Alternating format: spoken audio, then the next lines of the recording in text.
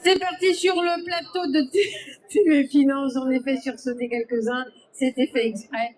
Et oui, on continue notre succession des meilleurs professeurs de la macroéconomie, des marchés, du trading. Merci d'être avec nous, de nous rejoindre.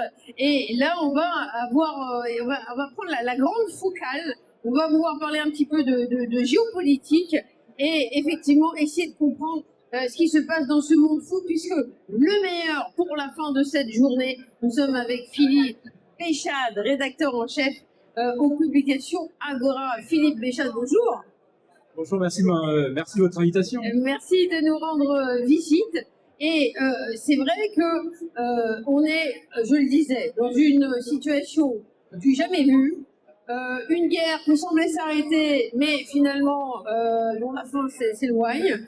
Des cours de l'or qui baissent, des cours du pétrole qui montent, c'est des effets de ciseaux, et les marchés boursiers qui virevoltent au gré de cela.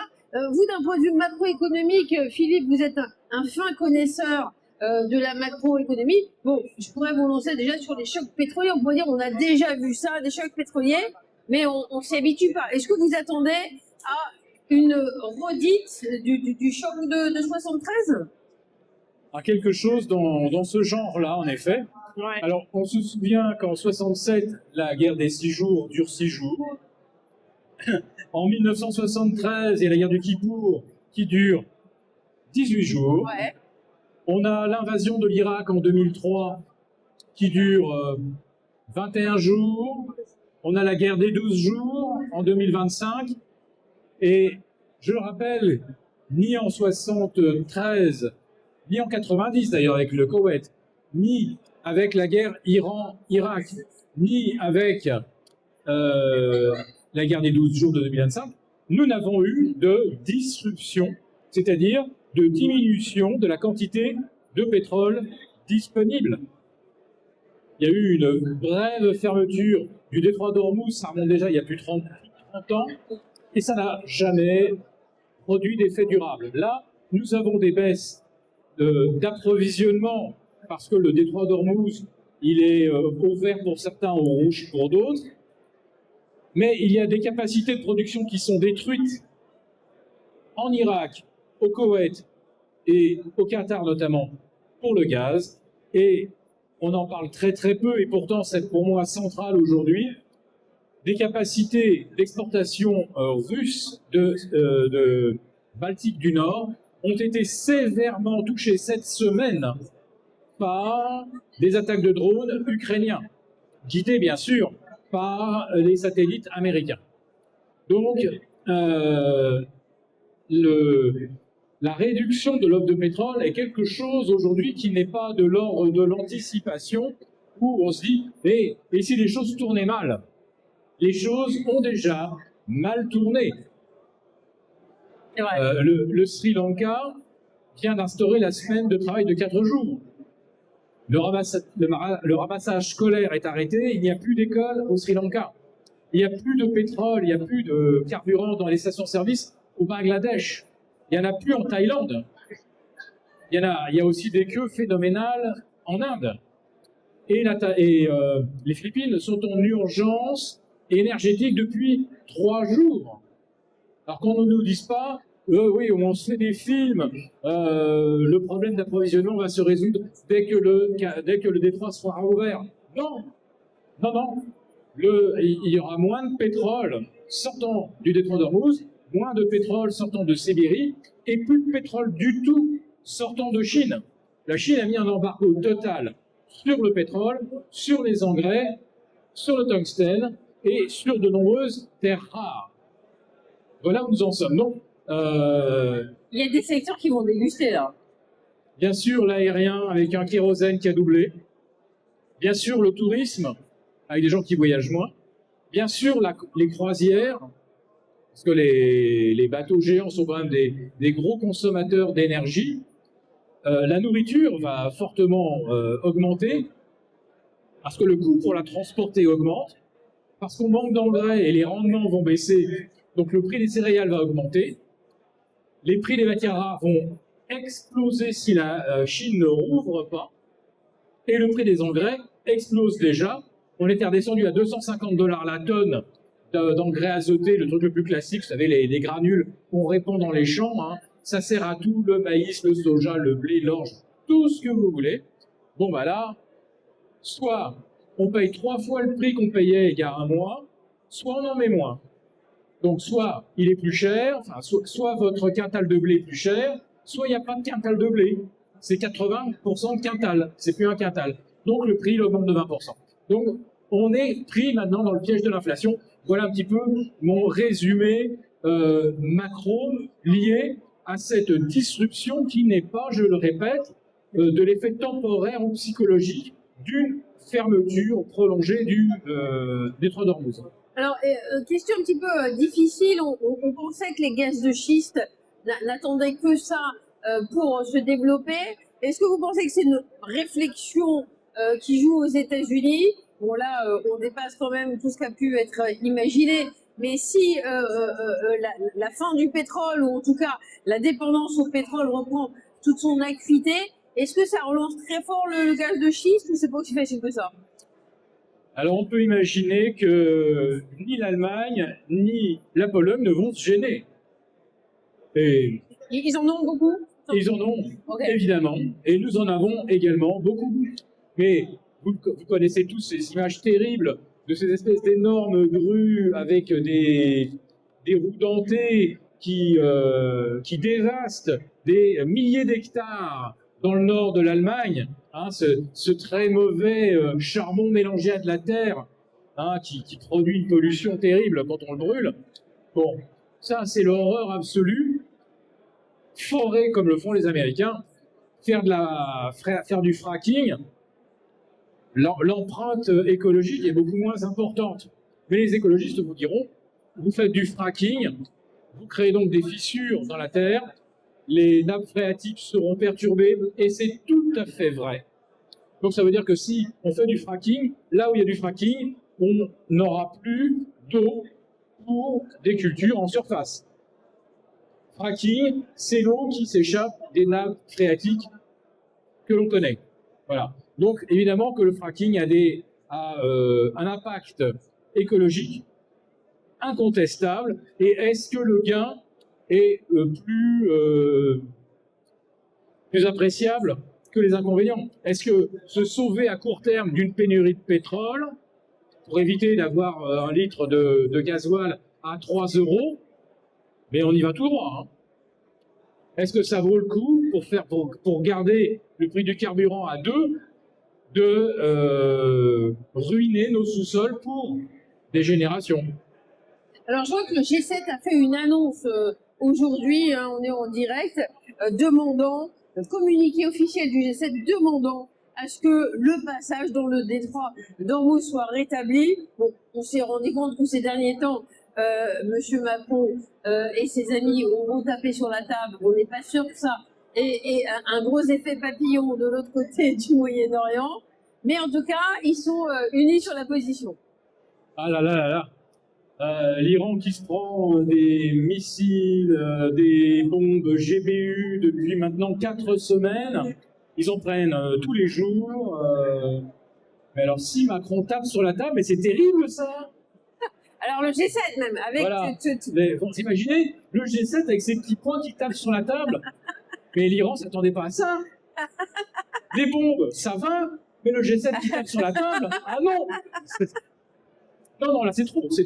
Donc oui, je rouvre. Je sens un certain scepticisme très léger. Je rouvre tout de suite le détroit. Mais non, mais le détroit est ouvert. Aux Chinois, c'est ça, juste au bateau chinois, non? 8 pays. Ouais. Je vous les cite? Ouais. Bah voilà, donc Chine, Inde, Pakistan, Bangladesh, Thaïlande, Sri Lanka, Yémen et Liban. Ah bon, vous avez tout en tête, ouais. Bah, nous, on passe pas, hein. Voilà. Donc nous, on passe pas, sauf si on paye en yuan. Bah, votre méthanier qui va aller décharger là, à Saint-Nazaire ou qui va aller décharger à Boulogne, bah, si le GNL est payé en yuan, ça passe.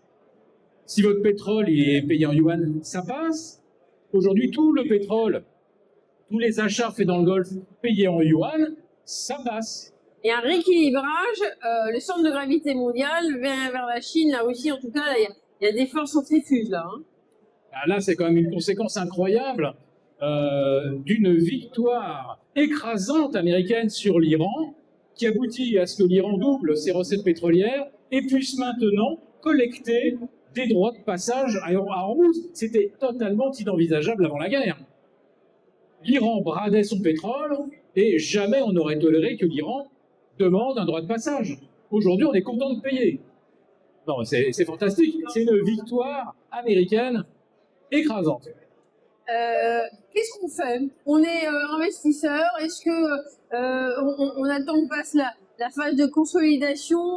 Du coup, si on part à une partie un petit peu conseil, stratégie, quelles sont vos recommandations, cher Philippe? Donc je pense que je vous ai à peu près convaincu qu'on s'en va vers un avenir où l'inflation n'est pas 2% ou 2,3%. On s'en va plutôt sur du 4, du 5. Et les taux d'intérêt sont déjà là pour nous dire ce qu'anticipent les marchés obligataires. Et ça n'a pas commencé avec les dernières annonces de Trump, évidemment. Ça a commencé même avant le 28 février. Les taux étaient déjà en train de se redresser. On est maintenant à plus 80 points sur le 10 ans italien. 80 points en un mois. C'est 3 hausses de taux, hein. 3 fois 75. La France, c'est 65 points. On est à 3,87. On était à 3,10. Il n'y a pas très longtemps. 3,30 en début d'année. Vous voyez, on a changé de monde déjà. Donc les marchés obligataires, ils nous disent déjà ce qui nous attend. Les seuls qui n'ont pas entendu le message des marchés obligataires, les seuls, c'est les gérants actions. Le S&P, le Nasdaq sont à 6% de leur record absolu. Par rapport au changement de situation auquel on assiste, mais on est toujours sur l'illusion que buy the dips, ça marche à tous les coups, et que Trump va nous ressortir le tweet, le communiqué Truth Social, qui nous sauve au moment où les indices US allaient malheureusement basculer sous leur support moyen terme. Ben, c'est fait parce que les moyennes mobiles à 200 jours sont enfoncées. Donc, les marchés obligataires nous ont avertis. Wall Street n'a pas entendu du tout le message parce que Wall Street sait qu'à la Maison Blanche, il y a son allié. Son allié, c'est Donald Trump. Le problème de Donald Trump, c'est que non seulement aujourd'hui, il ne négocie pas avec l'Iran parce que personne en Iran ne veut prendre le téléphone quand Trump est au bout, ou Jared Kushner, mais le pire, c'est que son allié, Benjamin Netanyahou, n'a pas non plus du tout le même agenda et ne fait pas la guerre dans le Golfe pour les mêmes raisons que Donald Trump. On n'est pas sûr, ils sont quand même assez alignés ces derniers temps, quand même. Non, les États-Unis sont en train d'essayer de se battre pour ne pas perdre leur influence dans le Golfe, et ils viennent déjà de perdre leurs 13 bases qui sont inopérantes. Donc déjà, les États-Unis ne sont plus le gendarme ou le pompier du Moyen-Orient, et eux, s'ils perdent ce statut, ça veut dire que c'est le pétrodollar qui perd également son statut de devise et d'intermédiaire obligatoire pour acheter du pétrole et du gaz. Puisque ça veut dire que l'Iran impose le yuan plutôt que le dollar. Israël se fiche du dollar. Complètement se fiche des 39 000 milliards de dettes des États-Unis. Eux, ils ont un agenda, occuper le Liban, d'abord le sud, et puis ils iront au nord puisque c'est annoncé par le gouvernement israélien. Ils iront au nord, ils iront en Syrie, et puis à un moment, je me demande s'ils vont pas aller dans le Sinaï également, parce que bon, pour y mettre quelques Palestiniens, ça serait pas mal. Donc, l'agenda de Netanyahou et de Trump sont pas du tout alignés. Et alors, Israël, elle, cherche même pas du tout à contacter l'Iran pour faire cesser les hostilités. Hein. C'est Trump qui dit « Moi, je les ai au téléphone, il me suffit de négocier ». Bon, c'est pas vrai, mais au moins lui, si les Iraniens le contactaient, il prendra le téléphone. Netanyahou le prendra pas. Et c'est sûr qu'il n'y ait plus de capacité nucléaire. Ça, c'est clair. Tout ça pour une histoire de nucléaire. Il n'y aurait pas eu de nucléaire. Finalement, on n'aurait pas un pétrole à $100. Donc, vous pensez que le pétrole va rester vers les 100 $? Est-ce qu'il faut acheter des actions de Total Énergie dans ce cas-là, des compagnies pétrolières? C'est trop tard, elles ont déjà bien monté. Alors, on est au salon de l'analyse technique, le salon du trading. Si je ne vous sors pas The Trend is your friend, je ne sais pas quand est-ce que je vais le placer. Donc, oui, vous voyez aujourd'hui la trajectoire de Chevron, de Eni, d'Occidental Petroleum. Technip, ouais. Voilà, Ouais. Technip Énergie. Bon, bah là, oui, vous êtes sur la vague. Et si vous partagez l'alternative de Larry Fink, patron de BlackRock, et ses 13 000 milliards de gestion d'actifs sous gestion, il a ce double scénario. La guerre s'arrête lundi parce qu'on se dit que là, vraiment, on va passer le cap où on passe le point de non-retour, c'est ça lundi en fait. Où on l'a passé, et à ce moment-là, Larry Fink nous dit le pétrole va à 150 $, ou alors on ne passe pas le point de non-retour et il va redescendre à 50.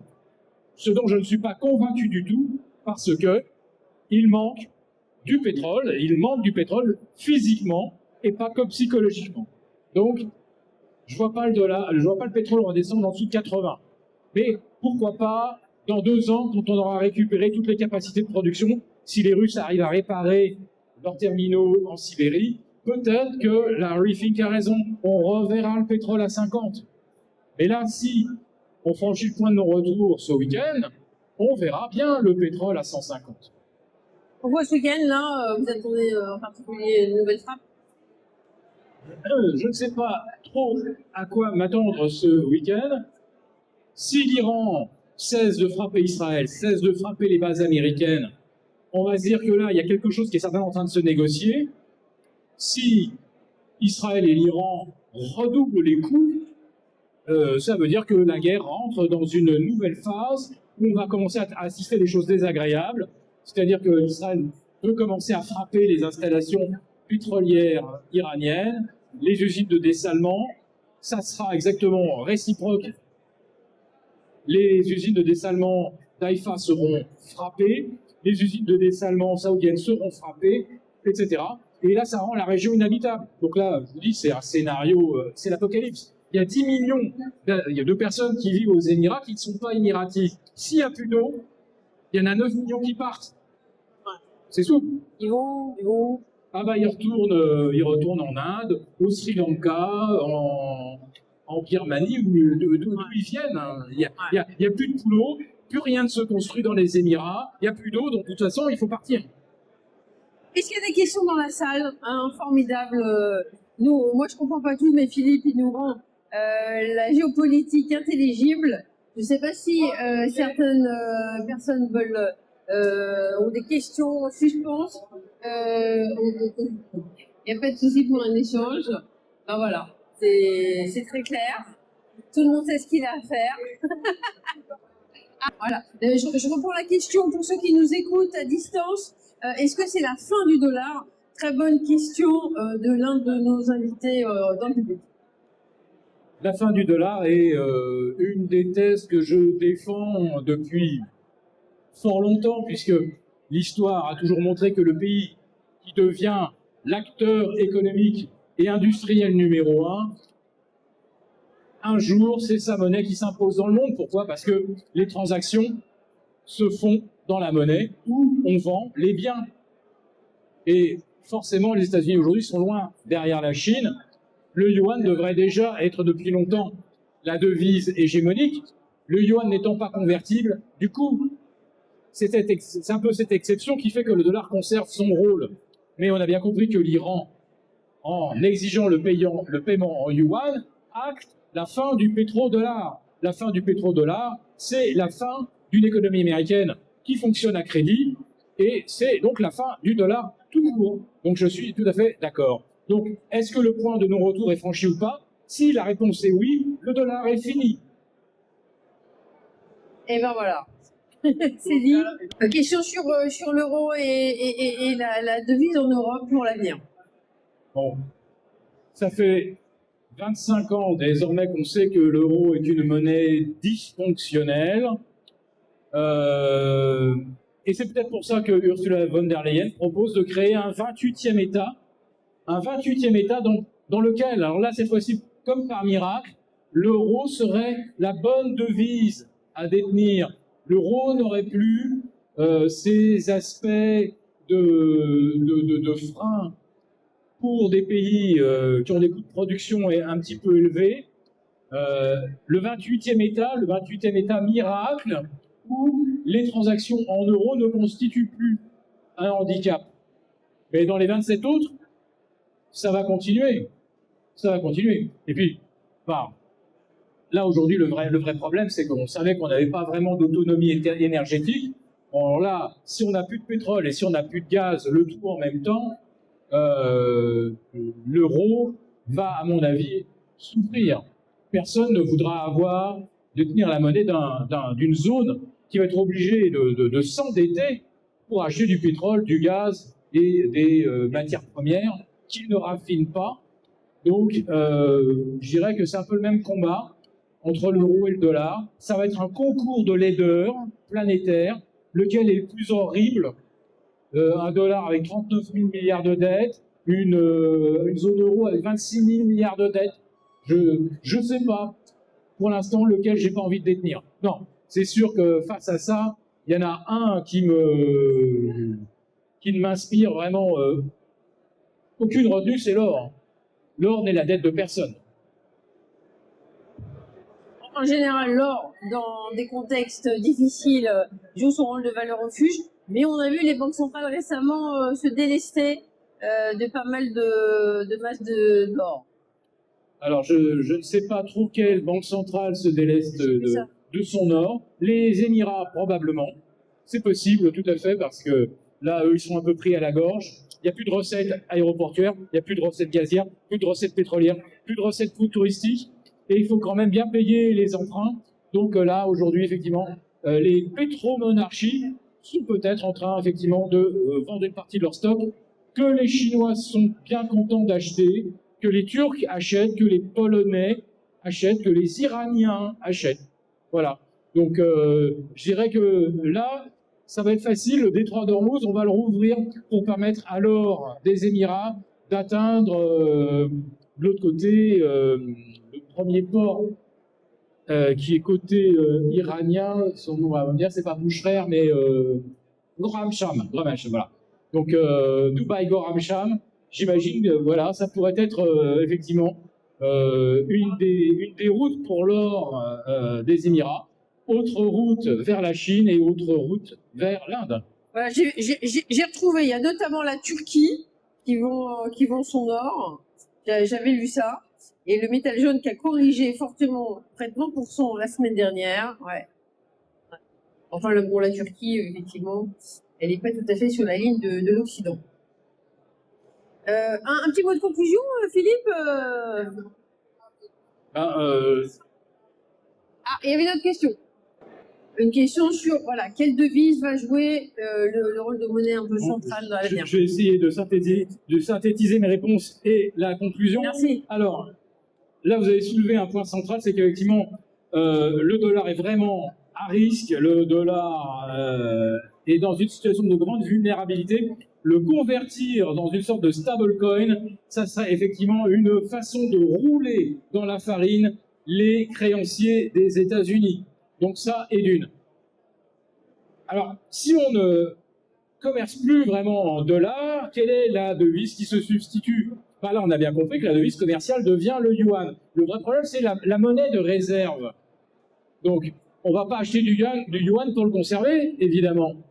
Mais par contre, quand on détient du yuan, peut-être qu'on détient un droit à obtenir facilement des terres rares, à obtenir du cuivre raffiné, de l'argent raffiné, etc. Donc, tout ne se joue pas que sur « j'ai une monnaie de réserve ». Là, aujourd'hui, l'Iran dépend presque en totalité de la Chine. Ils ne s'échangent pas de yuan, ils s'échangent du pétrole. L'Iran importe des produits chinois. Le référent, c'est le yuan. Et aujourd'hui, on comprend bien que derrière le yuan, il y a un autre référent qui est l'or. Donc, si vous voulez, si des pays acceptent de payer le pétrole, le gaz en yuan, il n'y a pas besoin de dollars. Par contre, les Américains, eux, ils ont absolument besoin de dollars pour financer leur dette. Et s'ils ne peuvent pas le faire en collectant l'épargne mondiale, il faut qu'ils monétisent. Et là, c'est la vraie douille. C'est vraiment la spoliation des prêteurs.